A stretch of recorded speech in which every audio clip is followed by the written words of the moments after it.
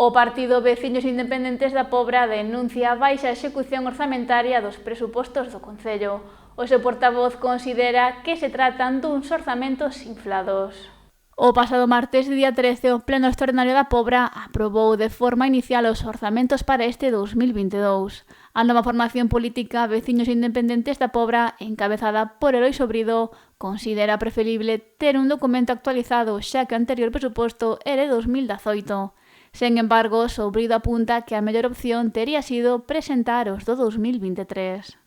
Consideramos que hubiera sido posiblemente mellor haber traído xa os de 2023, pois estes que se acaban de aprobar inicialmente, unha vez entren en vigor, realmente van ter 2 meses de vixencia e vamos ter que volver a prorrogados a partir dun de xaneiro.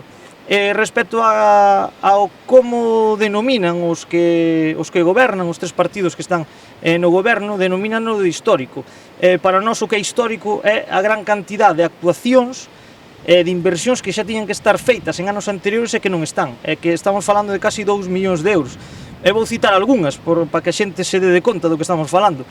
Por exemplo, actuacións na Mirandela que foron aprobadas no pos do 2019. Tamén fixo referencia á mellora da praza de Manuel Escurís que se presentou no pos do 2020. Sobrido afirma que se trata dun orzamento inflado ao incluir obras que non se realizaron no seu tempo.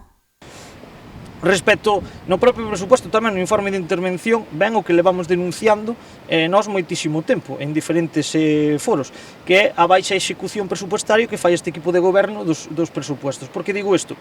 Porque no informe de intervención, sobre todo no capítulo 6, que é o que se refire a inversións reais, temos que no 2019 a execución foi dun 16%, no 2020 foi dun 31% e no 2021 foi dun 26%. É dicir, o normal en calquer concello, e ademais eu que levo estado en varios e seino perfectamente, o normal é que este capítulo 6 o de inversións reais se execute nun 70%, non nunha cantidad tan baixa como levan facendo os que nos gobernan. Sobrido sinala que botan en falta algunha inversión, como no pabillón da Tomada, que, segundo afirma, conta con goteiras.